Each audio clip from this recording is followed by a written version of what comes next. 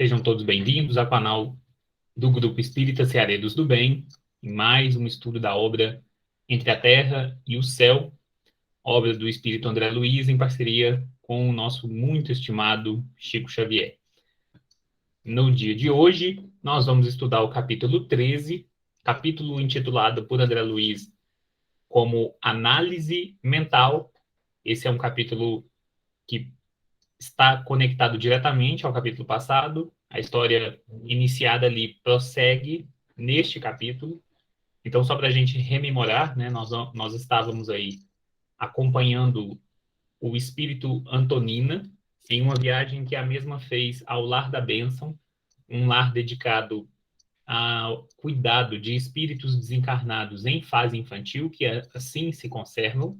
Ela que fora encontrar um dos seus filhos desencarnado, né, que estava ali naquele lar, enquanto a equipe formada pelo ministro Clarencio na direção, tendo como seus auxiliares André Luiz e Hilário Silva, participaram desta excursão e trouxeram para nós notícias acerca do menino Júlio, ligado à trama principal da obra, ligado ao atendimento da prece que convocou o ministro Clarencio ao trabalho, e dali nós sorvemos outros aprendizados acerca da infância, da maternidade, da paternidade, e retornamos novamente ao ambiente familiar de Antonina no capítulo passado.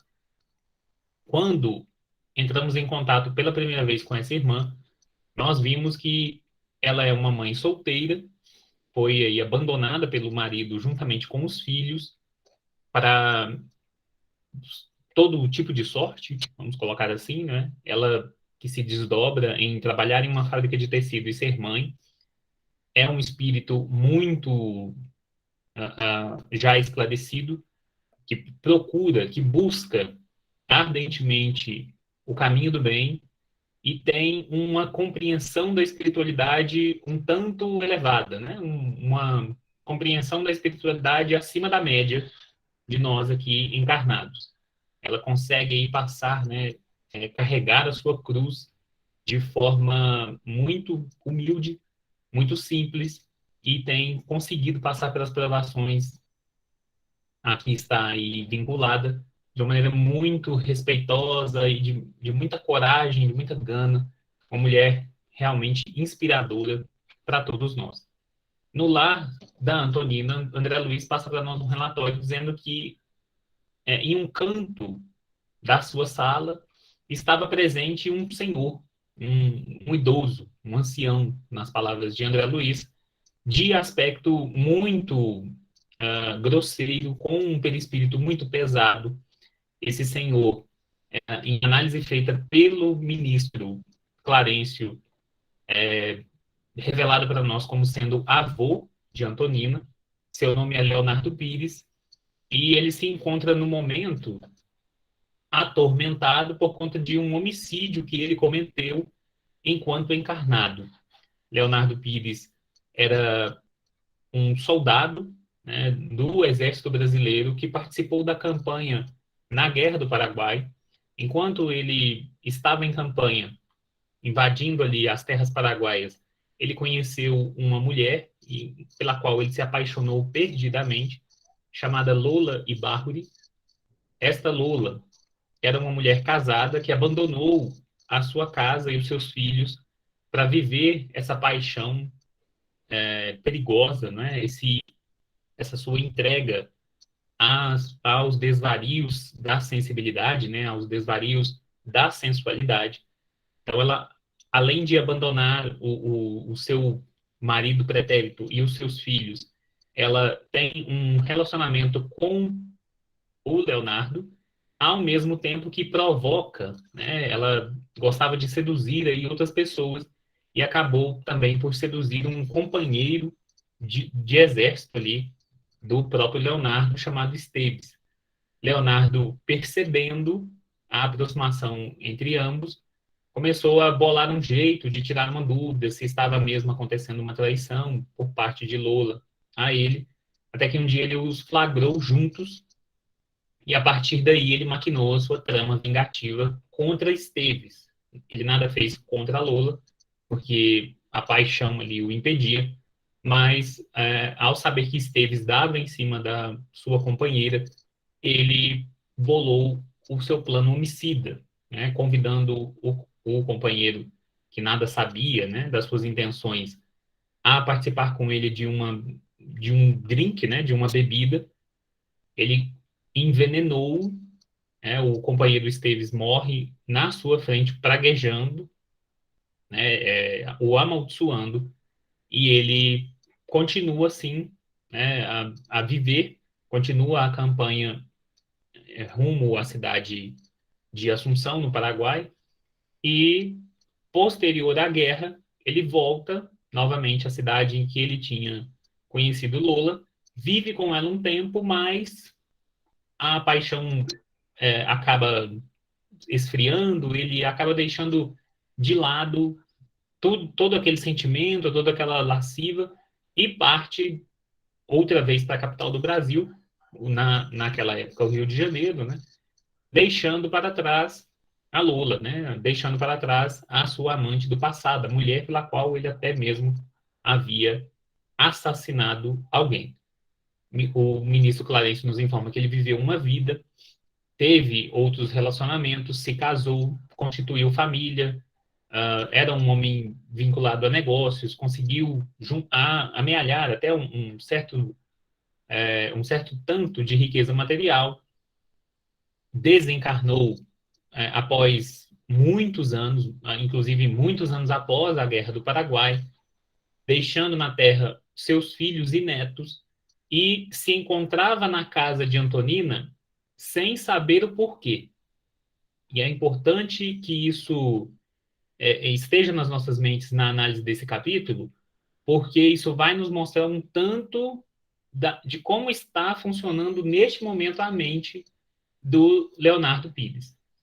Lá no capítulo 6, quando nós o conhecemos, ele questiona André Luiz e Hilário se eles estavam ali para julgá-lo.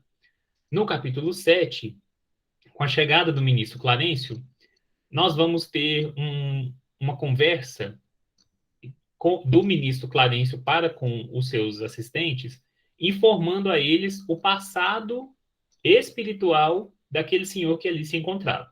Leonardo era de fato avô de Antonina e estava ali na casa dela porque as preces que ela fazia em memória do avô o atraíram para lá.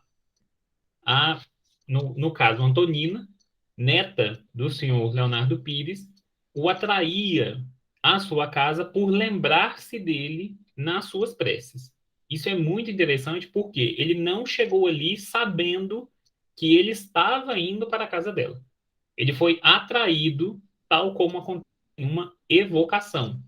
Né? O livro dos médiuns explicar para nós como é feita as evocações, como se processam as evocações de espíritos, mesmo os espíritos que ainda estão encarnados, né? Lá no capítulo 25 do livro dos médiuns, Kardec tece inúmeros comentários acerca das condições e das possibilidades de nós evocarmos espíritos. Não é fácil, né? Não é da maneira que a gente quer, como diria o próprio Chico Xavier, né? O telefone toca de lá para cá, não somos nós, muitas vezes, que chamamos os espíritos e eles, assim, nos atendem, mas é possível fazer esse chamado, dadas aí, né, as condições, se os espíritos puderem também responder, não é verdade? Se eles puderem vir até nós, se eles não estiverem atarefados ou não estiverem fazendo outra coisa, né? Espíritos, às vezes, impossibilitados, presos em regiões espirituais das quais eles não têm saída, não podem, por exemplo, estar conosco no momento em que eles querem. Mas os espíritos, vamos dizer aí, mais evoluídos, né? Os espíritos mais sublimados, dispõem de uma liberdade maior e, tal como nós vamos aprender aqui com o André Luiz, né? Se não estiverem vinculados a outros trabalhos, eles podem sim atender às nossas evocações, caso queiram e caso possam. Né? Então, eu recomendo muito a leitura do capítulo 25 do Livro dos Médiuns. Lembrando que o Livro dos Médiuns é um guia, né, um manual para médiuns e evocadores. Ou seja, a evocação de espíritos é uma parte muito importante do serviço mediúnico e principalmente do espiritismo. Né? Kardec, por exemplo, tem várias mensagens, tanto na Gênese também como no livro Memórias Póstumas, perdão, no livro Memórias Póstumas nós vamos ter várias mensagens de espíritos que foram invocados por Kardec e ali compareceram porque assim podiam, não é? Mas fica sempre a exclamação, né, feita para nós no capítulo 25 do Livro dos Médiuns, acerca das evocações, de como fazê-las e de como proceder. Então, o espírito do avô de Antonina estava ali vinculado à sua casa, ele não era um obsessor, nem muito menos um auxiliar, não trabalhava ali como uma figura protetora do seu lar, ele estava ali sem saber os motivos de por que ali estava. Guardava um vínculo de carinho muito grande com a neta, porque dos familiares ela era a única que se lembrava dele, e ali se mantinha num estado de muita penúria. Leonardo desencarna, e assim que ele desencarna, a negação que ele fazia do ato que ele cometeu, do homicídio que ele cometeu, voltou à tona a sua consciência de maneira mais forte. Esta é a chamada lei de causa e efeito, né? A nossa consciência nos cobra pelos atos ah, que nós cometemos em vida ou no plano espiritual. Nós somos chamados, pelo princípio da responsabilidade que essa lei abarca, a resolver aquilo que nós fazemos. O mais interessante é que o assassinado, o espírito de Esteves, já estava reencarnado, já prosseguiu na sua jornada evolutiva, nos seus resgates do passado, não estava ali o obsediando, como nós vimos no caso da Zulmira, do personagem Zulmira, que vem sendo obsediada pela mãe biológica de Evelina. Ali ele não estava, mas o Leonardo dizia vê-lo sempre, dizia estar em contato com ele. Ele não encontrava paz de espírito e não encontrava paz na consciência por vê-lo em todos os lugares, a cobrar-lhe por conta dessa falta, né, por conta dessa dívida que ele contraiu ao assassiná-lo. Isso é muito interessante a gente perceber, porque nós vamos entender que o estado mental do senhor Leonardo Pires é diferente do estado que nós vamos encontrar outros personagens em vários livros aqui da coleção André Luiz. Ele não está sendo obsediado, ele está com a consciência o cobrando incessantemente. É uma cobrança tão incessante, ele não consegue se perdoar, ele não consegue se desvincular disso, que ele perdeu a paz, ele perdeu, inclusive, as lembranças da sua própria vida, da sua existência pretérita. Não é? Ele não chegou ao plano espiritual com condições de relembrar o passado, e digo o passado de vidas posteriores, não a vida de Leonardo.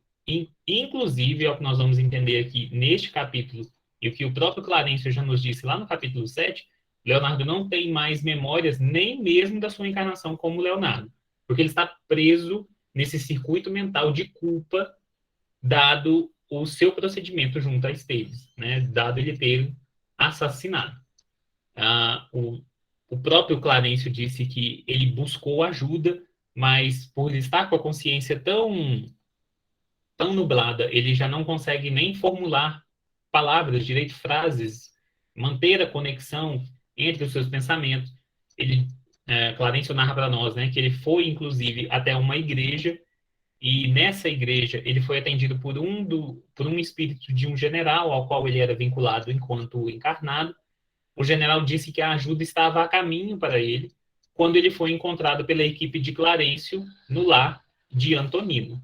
Chama muito a nossa atenção porque os relatos que André Luiz faz, a maneira da narrativa que André Luiz constrói aqui no livro, elas poderiam ter sido muito diferentes e poderiam ter nos poupado um certo tempo. Porque nós conhecemos o personagem Leonardo Pires no capítulo 6, no capítulo 7, Clarencio conta para nós a sua história. No capítulo 8, ele é deixado na casa de Antonina para vigiá-la, por assim dizer.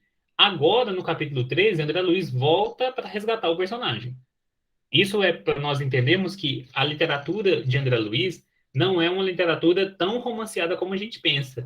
Ele traz para nós um relato, é como se fosse um diário de bordo. Nós encontramos o espírito tal dia, deixamos ele na residência, fomos para outro lugar, fazendo um outro serviço, né? No nosso retorno, verificamos que ali ele continuava, e apenas na noite do dia seguinte, ao retorno de Antonina ao corpo, né? Ou seja, a viagem de Antonina a, ao lar da bênção, é que ele vai dar prosseguimento na história, né? É muito difícil a gente encontrar um tipo de narrativa estruturada dessa forma, porque perde um pouco a objetividade. Vocês concordam comigo? André Luiz, por exemplo, poderia falar do espírito Leonardo Pires somente agora. Falar para nós, introduzir o personagem somente agora. E desencadear toda aquela história que ele contou para nós em capítulos passados agora. Ficaria mais fácil de se entender, ficaria, vamos dizer assim, com a consistência literária mais sólida, e nós não estaríamos aí dando voltas, né? Indo e voltando. Mas percebam, isso é um diário de bordo dessa missão ao qual o André Luiz estava vinculado, desse trabalho ao qual ele estava vinculado. Por isso, não há o interesse de fazer para nós, né, uma literatura, vamos dizer assim, mais atrativa, no sentido de prender a nossa atenção, ou de que o livro se torne interessante por conta somente dessas passagens, né? Há elementos de roteiro, por exemplo, num livro ou num filme, que são estruturados daquela forma para manter a nossa atenção. Não há por que você introduzir um personagem se você vai contar a história dele só depois. Geralmente a gente introduz o personagem e já conta a história dele. Mas vejam aqui a diferença. Justamente porque nós não nos cansamos de falar, né? Quando nós estamos lendo André Luiz, nós não estamos lendo ficção científica. Nós estamos lendo um relato, um testemunho de um espírito que acompanhou diversos trabalhos de socorro no plano espiritual. Não são regra, né? Os atendimentos prestados por André Luiz e as equipes às quais eles integram não são regra, né? Não é assim que todo o atendimento espiritual é feito. No caso de Antonina, por exemplo, uma mãe que pôde visitar seu filho desencarnado no plano espiritual, não é a regra, né? Há uma série de requisitos que nós temos que preencher para podermos receber essas dádivas. Não é? Quem se lembra aí do livro Obreiros da Vida Eterna, nós tivemos uma grande discussão ali, né, acerca dessas concessões espirituais, acerca dessas interferências do plano espiritual na Terra. Há um motivo para isso, e esse motivo não pode ser simples curiosidade, nem mesmo ser apenas um favor dado a apenas uma pessoa, porque os espíritos gostam mais dela do que de outra. Não é assim que a justiça divina trabalha. Há uma série de requisitos a serem preenchidos por nós para que o auxílio divino chegue até os nossos espíritos. Não basta a gente querer, né? Não basta a gente esperar que caia sobre nós esse auxílio. Ele virá, mas se nós ficarmos esperando dessa forma, sem nenhuma ação, vai demorar mais. Mas se nós batermos a porta, ela se abrirá, tal como Jesus vai nos dizer no Evangelho de João, né? Bata a porta e ela se abrirá a você, ou seja, busca e o céu te ajudará. Então, no caso do Leonardo, ele, por alguns momentos, conseguiu formular ali conscientemente uma prece de ajuda, e a ajuda estava a caminho dele, né? Nós não sabemos dizer quando foi que ele fez esse pedido, mas passados aí alguns dias, Clarence e sua equipe ali estavam para auxiliá-lo, né? Outra coisa interessante que eu queria chamar a atenção de vocês. Nós só visitamos o lar da Antonina porque Clarencio fez uma troca, um intercâmbio.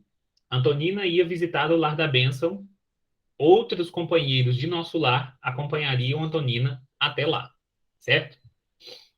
Como o Clarencio tinha de visitar o lar da bênção para verificar a situação do menino Júlio, que nós vimos em capítulos anteriores, ele fez uma troca com a companheira que acompanharia Antonina e a sua outra amiga a essa viagem ao lar da bênção, certo? No meio do caminho tinha uma pedra. Havia uma pedra no meio do caminho. Essa pedra, no caso, né, nesse sentido figurado, é o senhor Leonardo Pires, que ali se encontrava pedindo ajuda. Percebam como o plano espiritual trabalha. Clarence poderia simplesmente encaminhar uma outra equipe para ali estar, para ali ir cumprir os deveres relativos àquele pedido, àquela rogativa daquele espírito. Porque Clarence está vinculado agora ao atendimento da prece feita por Evelina. por conta da sua mãe, que está desencarnada, e obsediando a sua madrasta, tornando o casamento da mesma com seu pai ainda mais complicado.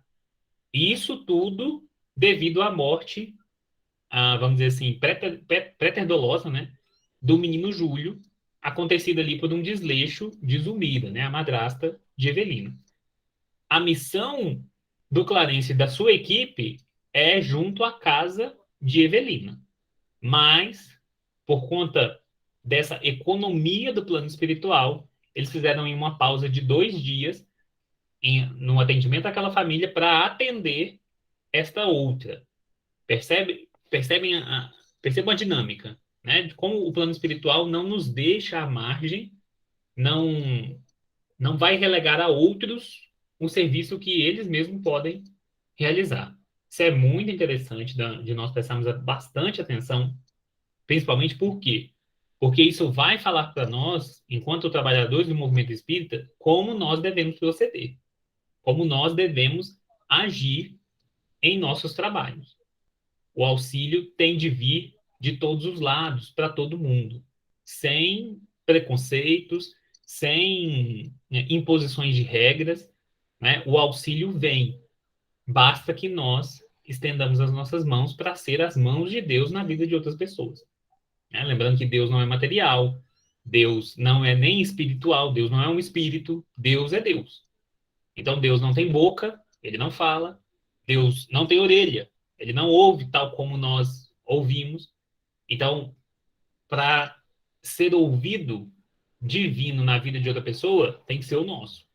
Para ser a fala divina na vida de outra pessoa, tem que ser a nossa fala. Para ser a mão de Deus na vida de outra pessoa, tem que ser a nossa, né? Esse é o trabalho ao qual nós somos conclamados. E o Clarence estava ali justamente agindo como a providência divina na vida do senhor Leonardo Pires. E aí, então, chegamos ao capítulo 13, intitulado Análise Mental, porque eles vão fazer aí, literalmente, né, uma análise da mente do senhor Leonardo. Análise, gente, no sentido analítico, no sentido psicológico, psicoterapêutico, certo? A análise tal como Freud define. Não é? Nós não estamos aqui fazendo uma análise, a verificação de fatos ou a verificação de um conteúdo, tal como o sentido comum da palavra. Nós estamos aqui diante de uma análise mental feita por um analista, feita por um psicólogo, feita por um psiquiatra, que também é formado em psicologia, né? Que pode fazer esse tipo de serviço. Isso fica muito claro durante o texto, que não se trata aí de uma simples conversa ou vamos dizer assim, do trabalho de conhecer o que se passa na mente daquele espírito, mas sim de um trabalho de análise, onde Clarencio vai ser o analista e o espírito Leonardo Pires será o analisado. Uma situação clínica definida aí nos moldes da análise freudiana, vamos colocar assim, né? Tal como Freud projetou lá nas suas bases, é o que Clarence vai fazer aqui, né? Com o espírito Leonardo Pires. A diferença é qual? A diferença é que o Clarence não aprendeu a fazer análise com o Freud, né? Ele aprendeu a fazê-la no plano espiritual mesmo, né? Dificilmente eu creio que um espírito como o Clarence estaria vinculado à nossa Terra, né? Naqueles momentos em que a psicologia dava aí os seus primeiros passos, né? Então, o André Luiz vai descrever para nós que eles chegam na casa terrestre da Antonina, né? Por volta da meia-noite, 3/4, muito fino, né? Meia-noite, 3/4. Meia-noite, 3/4, para quem, né, estiver em dúvida aí, são mais ou menos meia-noite e 45, né? A nossa hora tem 60 minutos, dividido em 4 dá 15, né? Então, 3/4 aí seria meia-noite e 45, ou seja, já estavam todos os encarnados dormindo. Eles vão entrar na casa sem serem percebidos pelo senhor Leonardo, mesmo desencarnado. Vejam, um espírito não consegue enxergar os outros espíritos por conta da sua situação, né? O André Luiz vai trazer para nós no capítulo passado, né, um panorama do corpo fluídico, né, do perispírito do seu Leonardo, que era muito grosseiro, muito denso. O André Luiz, da sua visão espiritual, o enxergava até mesmo como um encarnado, né? Mas percebam, mesmo esse perispírito tão denso não conseguia ser visto ali pela Antonina. Ou seja, por mais denso que esteja o perispírito, ele ainda está em uma outra dimensão e ele não pode ser visualizado por qualquer um. Ele poderia ser visualizado por alguém que tem a vidência, né? Ou que tem clarividência, um médium, né? Que conseguiria enxergá-lo. Agora, mesmo nesse estado grosseiro, ele só era percebido ali pelos próprios espíritos e não conseguia perceber Clarencio e sua equipe. Nós já vimos, né, que os espíritos conseguem densificar também o seu corpo fluídico e se apresentando ali ao senhor Leonardo, ele já, os conhecendo, né, clama por ajuda, né, me ajudem, por amor de Deus, estou preso dentro das minhas próprias recordações. Clarencio vai então induzi-lo a fazer uma prece, ele vai com muita sinceridade, né, dizer ao Clarence que ele não consegue orar, ele não consegue mais formular frases, nem mesmo se lembrar das preces que ele aprendeu aí decoradas na Terra. Seu estado mental era lamentável, né, ao ponto de, imaginem, não conseguir formular um pensamento, não conseguir formular uma frase, sem estar acompanhado aí dessas memórias, né, o que leva o Clarencio a realizar a prece por ele, prece essa que o André Luiz vai dizer que toca a todos os que estavam ali, né? Ou seja, ao próprio Leonardo, que conseguiu, através da sua vontade, seguir a prece feita por Clarencio, né? Olha a importância de quando nós estamos em prece coletiva, prestar bastante atenção em quem está fazendo a prece, né? Tentar seguir o pensamento daquele que está em prece, né? Nos nossos cultos no lar, quando alguém é designado para fazer uma prece, prestar bastante atenção na prece, não querer fazer uma prece nossa, né? Por cima do outro, mas dar ali atenção, né? Prender-nos ali atentamente à fala de quem está no comando, né? Entre aspas aí naquele momento. Após isso, o Clarence começa a dar um passe. André Luiz vai dizer, né, que esse passe é, é dado na região cerebral mesmo, no cérebro do Leonardo Pires, e ele vai permanecendo aí abatido, com a cabeça pendendo ao peito, não é? E o Clarencio vai nos explicar, né? Vai nos explicando o que ele estava tentando fazer, né? Ele vai dizer que a corrente de força devidamente dinamizada no passe magnético arrancá-lo-á da sombra anestesiante da amnésia. Por que o Clarence estava falando isso? Nós conhecemos a história do senhor Leonardo Pires, mas não pela boca dele. Por quê? Porque ele esqueceu desse seu passado. A única coisa que ele conseguia se lembrar é de que ele matou o Esteves. Percebam, ele não sabe por qual motivo ele matou o Esteves, ele não sabe por qual motivo ele está ali vinculado dessa forma a esse espírito. Ele não sabe nem por que ele está ali na casa do Antonino, não é? Essa amnésia o cobriu. Cobriu como? Porque durante a vida, ele passou toda a sua vida encarnada e só foi começar a sentir remorso nos momentos próximos à sua desencarnação. Quando ele chega no plano espiritual, a sua consciência ainda mais livre, né, fora dos liames do corpo, a consciência trabalha de maneira mais ampla, né, mais liberta, e aí ela pesa sobre ele, e nós não sabemos ao certo, né, mais ou menos quantos anos ele está desencarnado, ah, lá no capítulo, se eu não me engano, no capítulo 7, né, o Clarence vai dizer que ele está desencarnado há algum tempo, que a própria Antonina tem por volta de 30 anos. Então, nós vamos jogar aí que ele está no plano fora da matéria, né, que ele está desencarnado aí há mais ou menos uns 20 anos ou 25 anos. Vamos jogar aí numa média, né? Porque ele conheceu a Antonina, ele sabe quem ela é. Se a Antonina tem por volta aí de 29, 30 anos, nós vamos jogar aqui mais ou menos ali que ele tem uns 25 anos que ele já desencarnou. E ele permanecia tal como no primeiro dia em que ele estava liberto do corpo, não é? E aí essa amnésia tomou conta dele ao ponto dele não saber o real motivo de estar ali. Então, Clarencio, nesse momento, está o hipnotizando, uma técnica utilizada, né, até aqui no plano material, através do magnetismo, nós vamos ver o Clarencio utilizando a mesma técnica de hipnose que é usada aqui por nós, né, pelos bons profissionais da hipnose, em que ele vai induzi-lo magneticamente a relembrar o seu passado.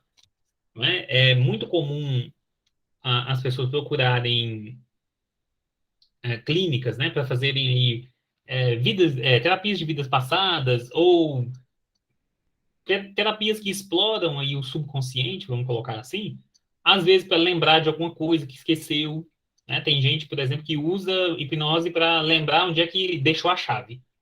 Por quê? Não consegue lembrar, né, onde é que estava a chave, vai ao hipnólogo, o hipnólogo o induz a buscar no subconsciente a memória daquele evento, né, da última vez que ele viu a chave, e aí o nosso subconsciente tem gravado todas aquelas informações que o consciente não preserva.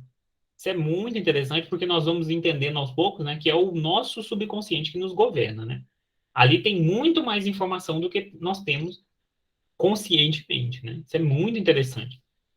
Então, o Clarencio vai fazer o evento contrário, vai tirar dele, não vai levar ele para uma vida passada, vai levar ele a se lembrar do que está no seu inconsciente, explicando para nós que a memória funciona no plano espiritual tal como funciona aqui, não é? Eu não sei se vocês sabem, mas até hoje nós não temos, os nossos neurocientistas não sabem dizer para nós em qual região do cérebro fica a nossa memória.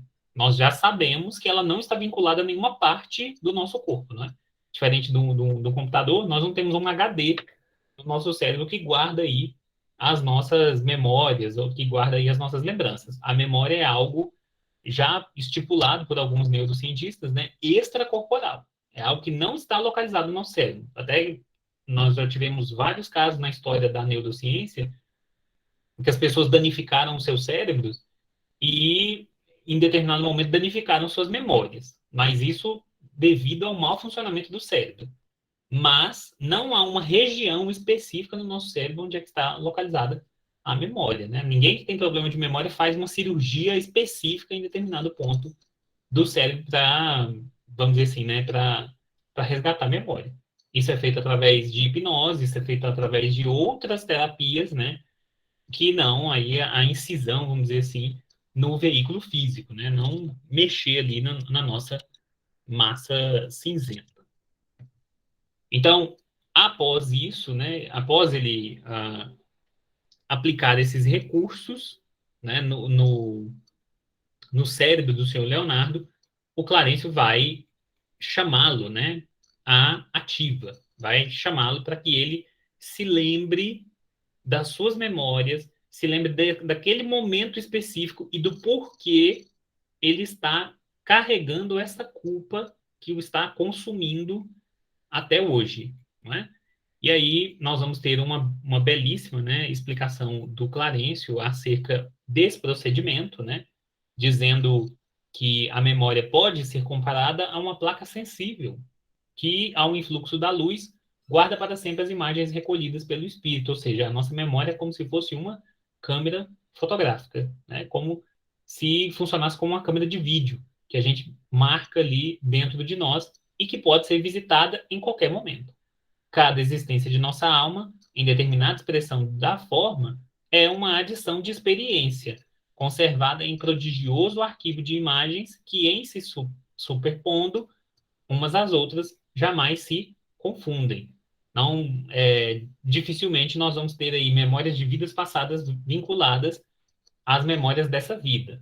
Acontece, mas são exceção, né? A regra é que nós deixamos em cada uma das nossas personalidades a nossa memória e todas essas personalidades estão dentro aí do nosso passado espiritual, conservadas no nosso perispírito e também no nosso espírito, certo? Em obras de assistência, qual a que a desejamos movimentar, é preciso recorrer aos arquivos mentais de modo a produzir certos tipos de vibração, não só para atrair a presença de companheiros ligados ao irmão sofredor que nos propomos a socorrer, como também para descerrar os escaninhos da mente nas fibras recônditas em que ela detém as suas aflições e feridas invisíveis. Olha só, dois pontos importantes aqui. Para ajudar o Leonardo, como ele não se lembra do porquê ele está daquela forma, é necessário utilizar esse reavivamento da memória, porque essa ferida, para ele, está escondida. Então, você não trata aquilo que você não sabe o quê?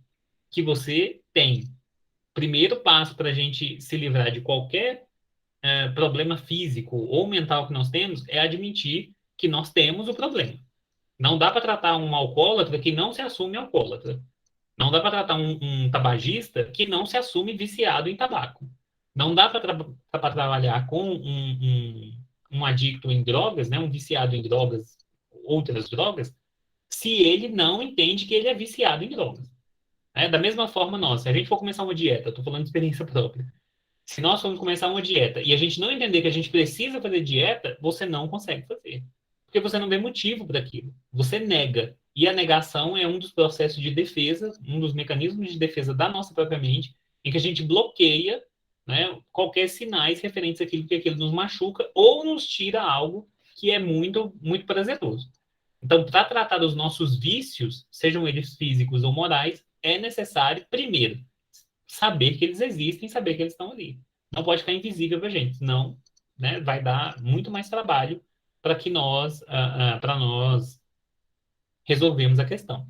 Segundo ponto é, ao lembrar dessas vidas passadas, né, ou seja, ao Leonardo lembrar dessa própria vida, é possível que ele se lembre dos espíritos que estão vinculados a ele. No caso, ele pode se lembrar aí da Lola e pode se lembrar do Esteves, né? E nesse processo, a evocação deles pode ser feita. Então, nós temos um ponto aí. O Esteves, nós sabemos que está reencarnado.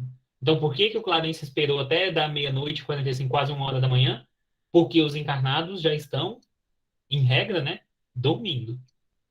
Ele já sabia, né? Claro que o Clarencio, como nós vimos, né, no capítulo 3, né, o Clarencio veio à Terra primeiro, tirou, né, o panorama total da situação, ele já sabe quem é quem, o que ele precisa fazer, ele faz dessa maneira didática para ensinar, né, o André Luiz e o Hilário, né, e claro, né, a nós também.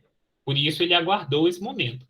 Então, é possível que, por esse método, o próprio Leonardo Pires evoque os seus companheiros dessa vida, né, dessa vida passada dele, da vida na carne que ele tinha e que o levou a ficar nessa situação, não é?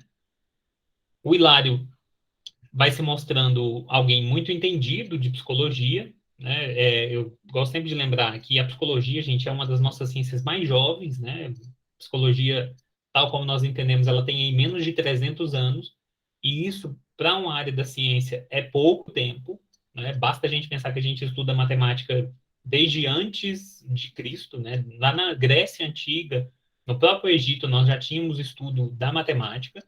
Então, é muito tempo e é muito conhecimento que nós temos acumulado, né, de fórmulas, de pesquisas e tudo mais, para uma ciência que tem apenas 300 anos aí em codificação, né? Ela poderia existir de outras formas, mas codificada tal como nós entendemos, é aí desde o final, mais ou menos, né, do século XIX, né? Então, ou seja, é pouco tempo, né? De 1870, 70 e poucos aí que nós vamos ter os primeiros livros de Freud, seguidos aí pelos seus próprios aprendizes, né, como Jung, e o desenvolvimento dentro do século XIX, também dentro do século XX, né? O Hilário vai nos mostrando, né, aos poucos, que ele tem determinada sabedoria sobre a obra freudiana, porque enquanto o próprio Clarencio explica o método e os caminhos mentais, ele vai, né, soltar uma expressão, né, vai ficar espantado por ter lido, né, a obra de Freud e ter percebido que o Freud conseguiu ver muitas partes aí da verdade, né? Mas o Clarencio, como em toda a obra do André Luiz, né, assim como todos os mentores do André Luiz nos livros passados, vai chamar a atenção que a obra freudiana é magnífica. Freud fez um trabalho hercúleo, gigantesco, mas não contemplou tudo. Principalmente por quê? Porque Freud era materialista, né? Freud é contemporâneo às manifestações espíritas lá do princípio, né? Ele não é contemporâneo do próprio Kardec, mas é contemporâneo daquele movimento pós-kardeciano espírita, né? Encabeçado por grandes mentes, grandes cientistas da época, mas havia um grande preconceito, né, para as pessoas que se diziam aí espíritas àquele momento, né? A pessoa era tida até como mística e no movimento acadêmico, né, era tida como lunática ou como fanática, qualquer coisa do tipo, né? No pós-Revolução Francesa, nós tivemos uma grande perseguição, gente, por parte de políticos a cientistas aos movimentos religiosos, né? A própria França, por exemplo, aboliu em muitos locais ali, onde a revolta na Revolução Francesa foi maior, certas igrejas, né? Igrejas eram proibidas. Pensamento religioso dentro da França foi proibido em alguns locais, em decorrência dos atos extremos tomados pelas pessoas aí durante a Revolução Francesa, né? Que queria libertar de qualquer forma o Estado da opressão das igrejas, né? Da opressão da religião na forma de viver dos seus habitantes, né?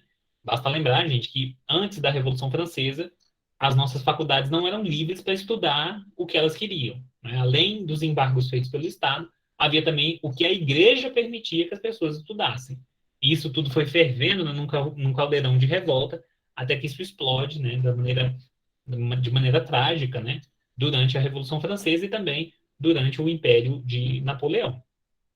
Então, o Freud, por ser materialista, não abordava as questões sentimentais e não abordava o fator principal, né, trazido aqui pelo Clarencio, né, que vai responder ao Hilário de forma melhor do que eu, né? Vai dizer que Freud vislumbrou a verdade, mas toda verdade sem amor é como luz estéril e fria.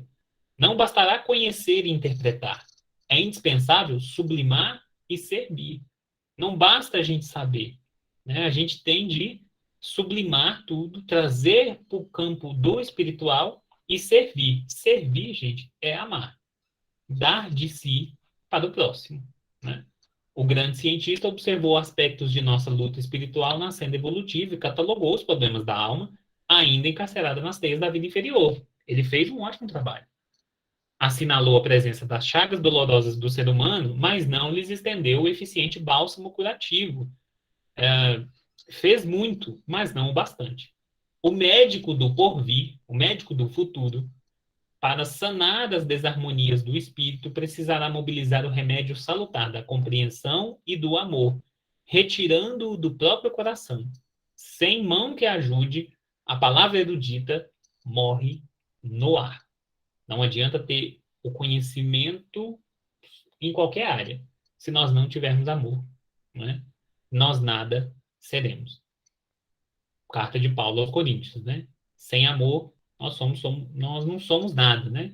Não adianta falar a língua dos anjos e não ter amor, não adianta conhecer a ciência e os mistérios, sem amor, nada se realiza, né? E não é isso que a gente percebe hoje, né? A diferença de quando a gente é tratado, quando alguém nos serve de forma ampla, né? A diferença da gente ir a um médico que se interessa por nós e a diferença da gente ir ao médico que tem médico que nem olha na nossa cara, né?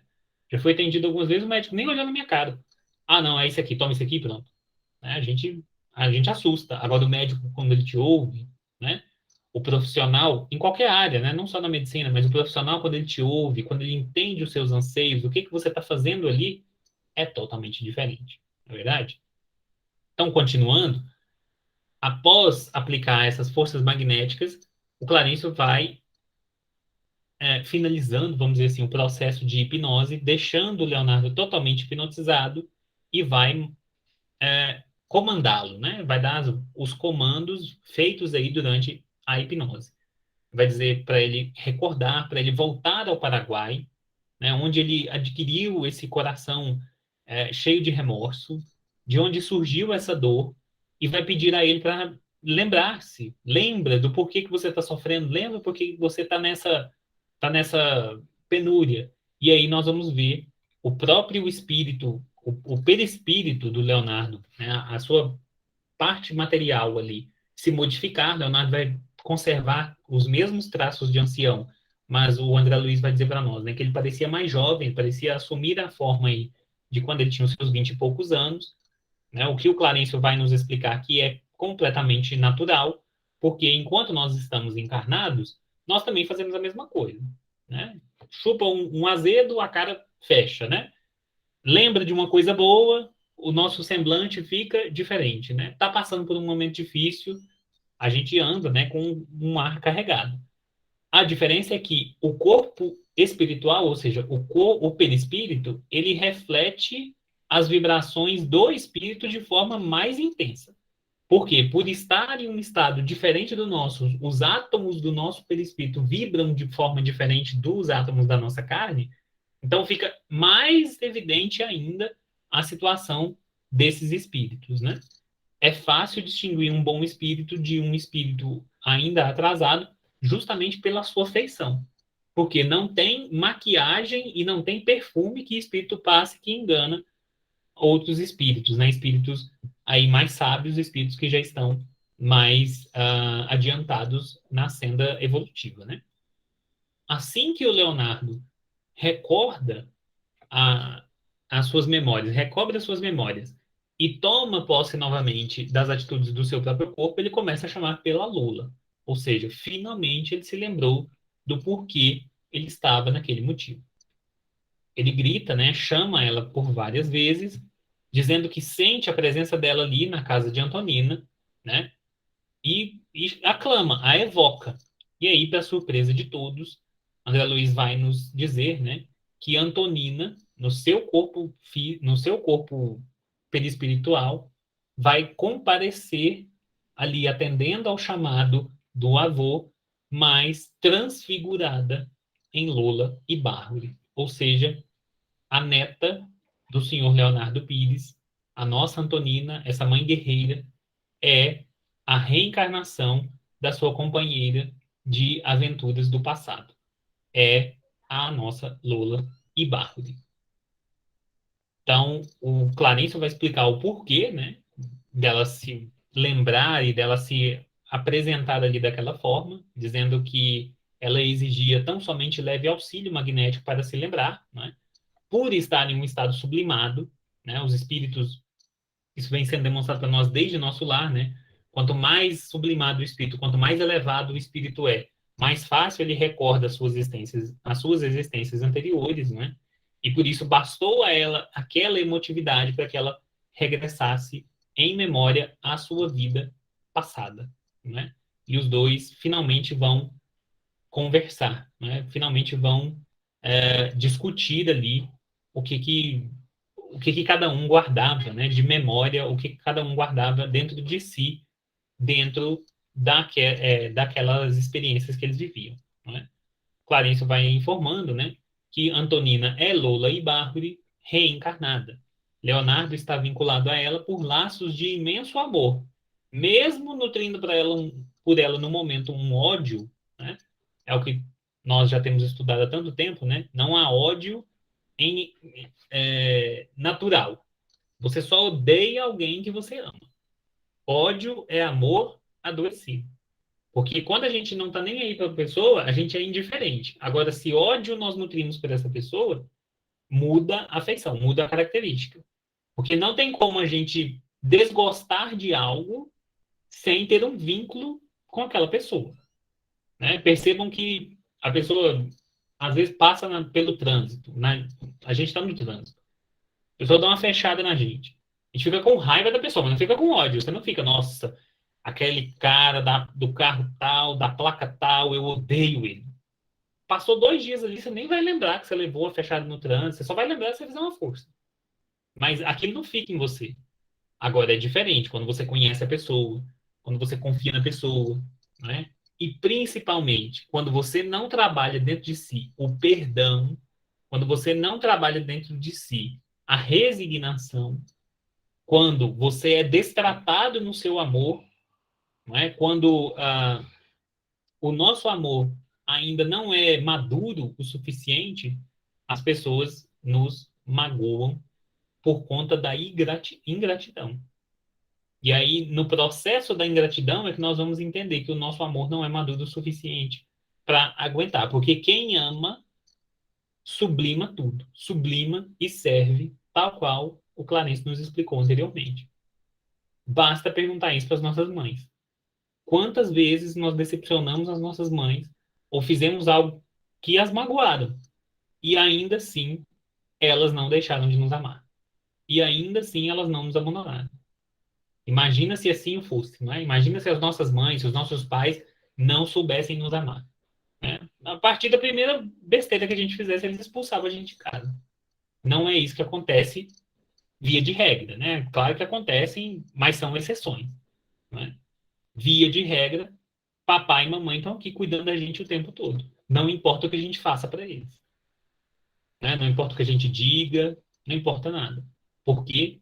Porque a família é esse altar e essa escola, né? Esse educandário da alma que nos ensina as primeiras e as mais fortes lições acerca do amor, né?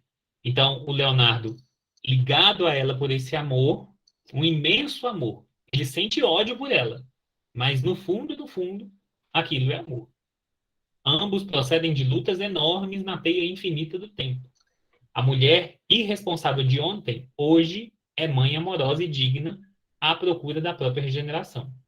Tendo abandonado outrora o marido, foi igualmente induzida, né, a desposar um homem animalizado com quem se encontra igualmente enleada por laços do pretérito e que, não a entendendo agora, relegou-a ao esquecimento.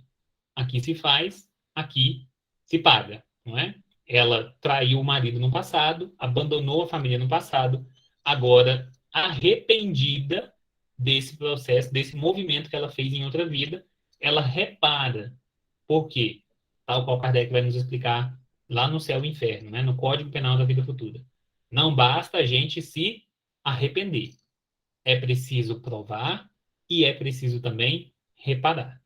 Porque acontecem mil desgraças conosco, certo? Muitas vezes a gente só aprende depois que perde determinadas facilidades ou determinados privilégios que nós temos em vida. Mas para aprender mesmo, para que aquilo fique fixado em nós, tal como foi explicado nesse mesmo capítulo, né? Para que ele fique gravado na nossa memória, é preciso que a gente passe por aquela situação. É preciso vivê-la para a gente entender com mais profundidade que é que é aquela situação que nós causamos e por isso nós não vamos querer causar mais. Por isso nós nos libertamos, não é? É tal como criar um menino pequeno, né? Uma criança. Você dá várias dicas, não faz isso, não faz aquilo. A criança muitas vezes providente, ela obedece e não precisa passar por aquele tipo de situação. Mas a criança custosa, a criança desrespeitosa, o que ela faz? Ela vai lá e faz. Não põe o dedo na tomada, você vai tomar choque. Ah, o que é choque? Isso não existe. Põe o dedo na tomada e leva o choque. E aí, nunca mais enfia o dedo na tomada. Não bastou o quê? Não basta só o arrependimento. Tem também que provar, e aí a aprovação liga um sinal de alerta em nós, né? Nos ensina de forma prática aquilo que muitas vezes está só filosófico dentro da nossa alma, né?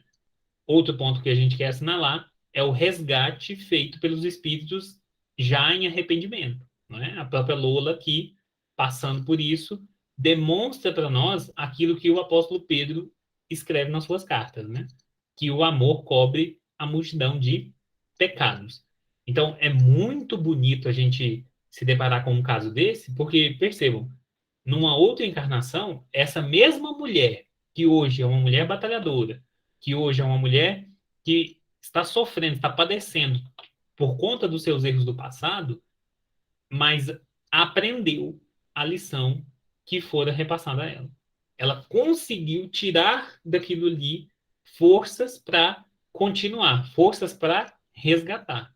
Se ela era irresponsável na outra vida, nessa ela já consegue não se vincular mais a esses vícios morais. Deve ser um esforço tamanho daquele espírito. Mas os motivos do porquê ela se encontra assim e de onde ela oriu tanta força para sair de uma encarnação onde ela era uma irresponsável para uma encarnação onde ela é um exemplo de mãe e um exemplo de cristã, nós só vamos descobrir no próximo capítulo. E aí eu aguardo vocês na nossa próxima semana, no nosso próximo encontro, em que nós vamos ver aí o capítulo 14, chamado Entendimento. né? Nós vamos ver aí esse entendimento entre Leonardo Pires e o seu amor do passado, né, ao qual ele acaba de descobrir aí, que é a sua neta reencarnada. Eu me despeço de vocês, desejando um bom final de semana a todos, uma boa leitura, boas reflexões. Estejam conosco, né? Não se esqueçam de deixar aí o curtir no vídeo, né? Compartilhar com as pessoas que você tem aí um contato, que sabem que seriam impactadas por essas lições trazidas aqui pelo André Luiz, né? Deixar também nos comentários as suas impressões, perguntas, caso você tenha alguma, né? Pode deixar aí que nós ficamos de olho por aqui e procuramos responder sempre que possível, tá certo? E continuar conosco aí rumo ao próximo capítulo, né? Aos próximos capítulos dessa obra magistral. Fiquem com Deus, que Jesus abençoe a todos e até a próxima. Tchau, tchau.